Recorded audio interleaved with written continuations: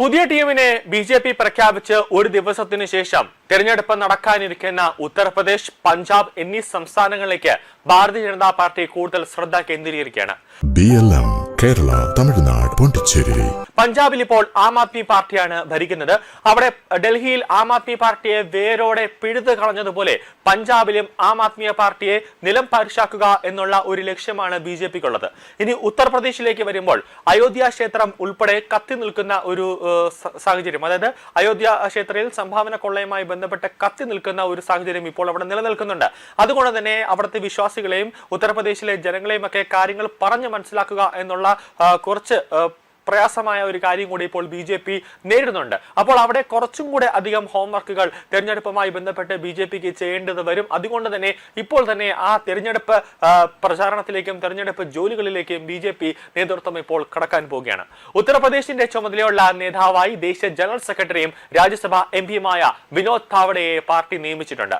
പഞ്ചാബിൽ ദേശീയ ജനറൽ സെക്രട്ടറിയും രാജ്യസഭാ അംഗവുമായ സതീഷ് പൂനിയയെ സംസ്ഥാന ചുമതലയുള്ള നേതാവായി ബി.ജെ.പി. നിയമിച്ചു. ഗുജറാത്തിലെ പാർട്ടി കാര്യങ്ങളുടെ ചുമതല രാജ്യസഭാ എം.പി. തരുൺ ചുഗിനെയും പാർട്ടി ഏൽപ്പിച്ചിട്ടുണ്ട്. ഈ നിയമനങ്ങൾ ഉടൻ പ്രാബല്യത്തിൽ വരും. മറ്റ് സംസ്ഥാനങ്ങളുടെ ചുമതലയുള്ളവരെ, അതായത് പ്രഭാരിമാരെ പിന്നീട് നിയമിക്കുമെന്നാണ് ബി.ജെ.പി. പറയുന്നത്. അതുവരെ നിലവിലെ ക്രമീകരണം തുടരുമെന്ന് ബി.ജെ.പി. സർക്കുലറിൽ വ്യക്തമായി തന്നെ പറയുന്നുണ്ട്. പാർട്ടി തങ്ങളുടെ പുതിയ ടീമിനെ പ്രഖ്യാപിച്ച് ഒരു ദിവസത്തിന് ശേഷമാണ് 3 സംസ്ഥാനങ്ങളുടെ ചുമതലയുള്ളവരെ പ്രഖ്യാപിച്ചത്.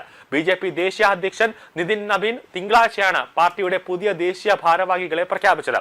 വസുന്ധര രാജി സിന്ധ്യ, ദിരത് സിംഗ് റാവത്ത്, റാം മാധവ്, ബൈജൻ ജയ് പാണ്ഡെ, ഡി പുരന്ദേശ്വരി, അതോടൊപ്പം രേഖ വർമ്മ, വർഷാബേൻ നരേന്ദ്രഭായ് ജോഷി, ഭാരതി പ്രവീൺ പഹാർ, മൻപ്രീത് സിംഗ് ബാദൽ, ലാൽ സിംഗ് ആര്യ, എം നാഗരാജ, താരിഖ് മൻസൂർ, മധുചന്ദ്രകർ എന്നിവരെ ദേശീയ വൈസ് പ്രസിഡന്റായി നിയമിച്ചു. വിനോദ് താവഡെ, സ്മൃതി ഇറാനി എന്നിവരെ ദേശീയ ജനറൽ സെക്രട്ടറിമാരായി നിയമിച്ചു. പീയൂഷ് ഗോയലിനെ ദേശീയ ട്രഷററായും ബി.ജെ.പി. നിയമിച്ചിട്ടുണ്ട്.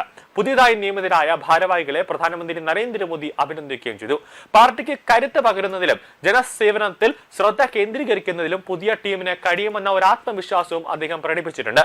ബി.ജെ.പിയുടെ പുതിയതായി നിയമിതരായ ദേശീയ ഭാരവാഹികൾക്കും പാർട്ടിയിൽ വിവിധ ചുമതലകൾ ലഭിച്ചവർക്കും അഭിനന്ദനങ്ങൾ എന്നാണ് നരേന്ദ്രമോദി പറഞ്ഞത്. സംഘടനാപരമായ പരിചയസമ്പത്തും ഊർജ്ജസ്വലതയും താഴെത്തട്ടിലുള്ള ജനങ്ങളുമായുള്ള ബന്ധവും ഒത്തുചേരുന്ന ഒരു ടീമാണ് ബി.ജെ.പിയുടേത്. പാർട്ടിയെ ശക്തിപ്പെടുത്തുന്നതിനും ജനസേവനത്തിൽ ശ്രദ്ധ കേന്ദ്രീകരിക്കുന്നതിനും ഇവർ തങ്ങളുടെ പരമാവധി സംഭാവന നൽകുമെന്ന് എനിക്ക് ഉറപ്പുണ്ടെന്നാണ് മോദി പറയുന്നത്.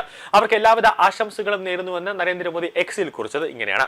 വിവിധ സംസ്ഥാനങ്ങളിൽ നിന്നുള്ള 16 ദേശീയ സെക്രട്ടറിമാർ അടങ്ങുന്ന സംഘത്തിലേക്ക് കവിതാ പാട്ടീദാർ, കെ സുരേന്ദ്രൻ, സന്ദീപ് പഥക്, മജോഷ് ഡിഘ എന്നിവരുൾപ്പെടെ നിരവധി പുതുമുഖങ്ങളെ ബി.ജെ.പി. ഇതിൽ ഉൾപ്പെടുത്തിയിട്ടുണ്ട് എന്നുള്ളതാണ് ഏറ്റവും പ്രധാനം.